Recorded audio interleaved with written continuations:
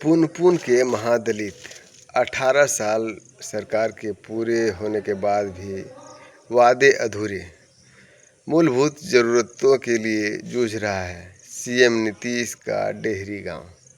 जी हाँ दोस्तों, आज भी सीएम नीतीश का गांव जो है डेहरी, वहाँ आज भी मूलभूत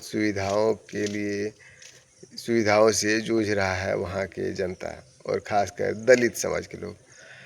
आज तक का कैमरा जैसे ही बिहार की राजधानी पटना से करीब 40 किलोमीटर दूर पुनपुन के डेहरी गांव की गलियों में दाखिल करता है, मिट्टी और कीचड़ की मिलीजुली गंध हवा में महसूस होती है।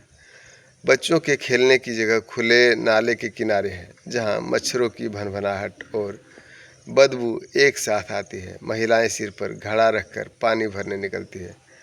वही रोज का संघर्ष, वही अधूरी उम्मीद। डेहरी गांव, जिसे मुख्यमंत्री नीतीश कुमार हर साल स्वतंत्रता दिवस पर सम्मान के प्रतीक के रूप में याद करते हैं। यहीं के किसी बुजुर्ग को वे झंडा फहराने के लिए आमंत्रित करते हैं, लेकिन उसी झंडे के नीचे वही गांव आज विकास के नाम पर अधूरा खड़ा है। तो किस तरह का गांव है दोस्तों, और तमाम सुविधाओं से लैस क्यों नहीं है आज भी?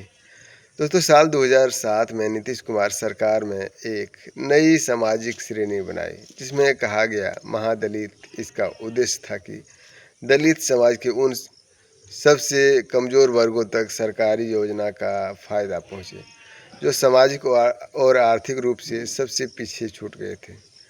तब कहा गया कि महादलित समाज को शिक्षा, रोजगार, मकान और पानी जैसी बुनियादी सुविधाएं दी जाएगी। लेकिन आज 18 साल बाद उस वादे की हकीकत गांव की सड़कों पर बिखरी नालियां, सूखे नालों और अधूरे प्रोजेक्ट के रूप में देखी जा रही है। डेहरी गांव, जहां लगातार ज़्यादातर आबादी महादलित है, पटना से ज़्यादा दूर नहीं, बावजूद इसके यह अब भी मूलभूत सुविधाओं के लिए तरस रहा है। हर घर जल योजना के तहत पाइप डाले गए, लेकिन ज़्यादातर नल में पानी नहीं आता। ड्रेनेज सिस्टम की खुदाई सालों पहले हुई, लेकिन पाइप आज तक नहीं डाले गए हैं।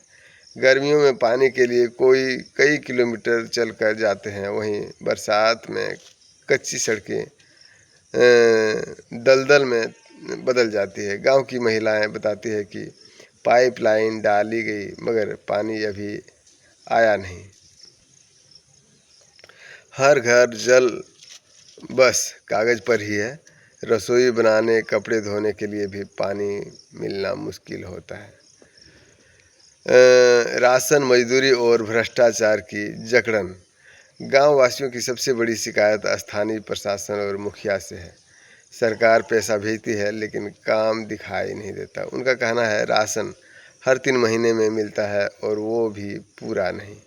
एक बुजुर्ग महिला बताती है कि डीलर 2 महीने का राशन खुद रख लेता है। हम पूछने जाते हैं तो बोलते हैं कि अभी सरकार ने भेजा ही नहीं है। गांव के पुरुष मजदूरी से जीवन चलाते हैं। कई लोग मनरेगा में काम करते हैं, लेकिन शिकायत है कि मेहनताना अब तक नहीं मिला। एक शख्स ने बताया 1.5 लाख रुपये बकाया है। पूछते हैं तो जवाब मिलता है कि अभी करेंगे। कहाँ लड़ने जाएं, किससे लड़ें? नीतीश कुमार के वादे और लोगों की नाराज़गी की बात करें तो गांव के लोगों का कहना है कि जब भी मुख्यमंत्री का दौरा तय होता है, अचानक काम शुरू होते हैं। सड़कों की साफ सफाई होती है, नाली खुदी दिखाई देती है, लेकिन यात्रा खत्म होते ही सब रुक जाता है। राजनीतिक रूप से यह काफ़ी प्रतीकात्मक गांव माना जाता है, क्योंकि यही वह जगह है जहां नीतीश कुमार हर साल झंडा फहराने के लिए किसी बुजुर्ग को सम्मानित करते हैं। मगर यही सम्मान उस हकीकत को नहीं ढक पाता है जिसमें लोग पीने के पानी, बिजली और ड्रेनेज के लिए इंतज़ार करते हैं। एक ग्रामीण का कहना था कि कुछ बदलता है, लेकिन अब जो मिला था वो भी वापस लिया जा रहा है। महिलाओं के नाम पर 10,000 रुपये दिए गए, पर कह रहे हैं कि एक दिन वापस करना होगा, फिर क्या फ़ायदा है? महिलाओं की स्थिति वादों से आगे कुछ नहीं। महिलाओं के नाम पर सरकारी योजनाएं तो है, लेकिन उनका असर साफ नहीं दिखाता है। गांव की एक महिला बोली, सरकार ने 10,000 रुपये दिए, लेकिन उससे क्या क्या बदल जाएगा? एक बकरी भी पूरी नहीं आती। हमने सुना है बाद में वो भी वापस देना पड़ेगा। पानी और सफाई की समस्या में से सबसे ज़्यादा महिलाएं जूझ रही है। उन्हें न केवल रोज़ किलोमीटर तक लगातार चलकर पानी लाना पड़ता है, बल्कि गंदगी और मच्छरों से बीमारियों का खतरा भी झेलना पड़ता है। गांव के कुछ लोगों ने प्रधानमंत्री नरेंद्र मोदी की तारीफ की। मोदी जी ठीक है, ऊपर से सोच अच्छी है, लेकिन नीचे जो अफसर है वो सब बिगाड़ देते हैं।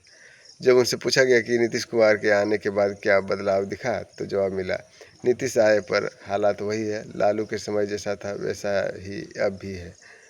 धरातल की सच्चाई की बात करें तो हर घर जल योजना के तहत गांव में नल और पाइपलाइन है, लेकिन पानी नहीं। जैसे कि मेरे भी गांव में ऐसा ही है। पानी निर्माण अधूरा है, जिसमें गंदा पानी सड़कों पर बह रहा है। मनरेगा भुगतान अटका हुआ है और राशन वितरण में भ्रष्टाचार खुला रहस्य बन चुका है। इन सब के बीच सबसे ज़्यादा मेहनतकश और ज़रूरतमंद तबका महादलित महसूस करता है कि 18 साल पहले उन्हें खास बनाकर भी अलग थलग छोड़ दिया गया है। गांव के रहने वाले रजनीकांत कहते हैं, हम बहुत गरीब हैं, डर लगता है कि जो थोड़ा मिला है वो भी कहीं वापस न देना पड़ जाए। सरकार ने दिए 10,000 रुपये, उससे क्या होगा? बस एक बकरी खरीद सकते हैं। कुछ लोग खुले में यह भी कहते नजर आते हैं, पहले शराब में थोड़ा कमाई होती थी, या बैन होने के बाद वो भी बंद, अब मजदूरी भी नहीं मिलती है। महादलित समुदाय को आर्थिक और सामाजिक रूप से सशक्त बनाने का जो सपना 2007 में बिहार सरकार ने देखा था, उसका वास्तविक परिणाम 2025 में नज़र नहीं आ रहा है। सरकार का दावा है कि फंड जारी किए जा रहे हैं, लेकिन गांव का सिस्टम और स्थानीय प्रशासन उस विकास को जमीन तक नहीं पहुंच पा रहा है। डेहरी गांव के लोग कहते हैं, पैसे तो आते हैं लेकिन काम नहीं होता है। अगर नीचे वाले ही काम न करे तो ऊपर वाला क्या करेगा?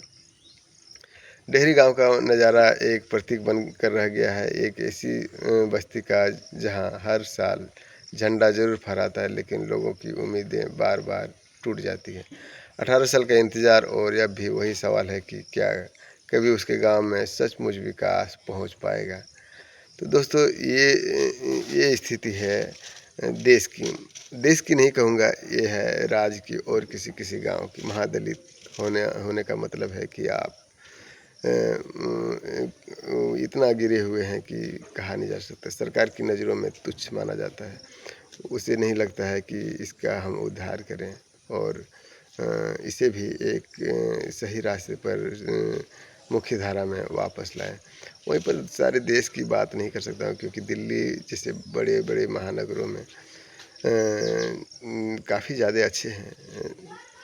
बड़े बड़े करोड़पति अमिताभ बच्चन, शाहरुख खान, सलमान खान, धोनी, ये सब बड़े बड़े अमीर हैं। लेकिन आपने कभी देखा है कि कमेंट करते हुए इसने कभी भी राज्य पर या ये गरीबी बेबसी लाचारी के बारे में कभी भी कोई कमेंट किया है? हाँ, ज़रूर कुछ शिक्षक हैं, जैसे खान सर है या देवीकीर्ति सर है, उन लोगों ने इस बात को उठाता है, लेकिन सरकार के कानों तक पहुंच नहीं पाती है। तो फिर ये काम अधूरा रह जाता है। और सभी जो भी इस देश में जो भी राजनीति में आते हैं, सिर्फ अपना पेट भरने के लिए। आपकी क्या राय है? कमेंट बॉक्स में जरूर लिखें। आप देख रहे हैं न्यूज़ हर पल। वीडियो अच्छा लगे तो लाइक शेयर और सब्सक्राइब जरूर करें। जय हिंद, जय भारत।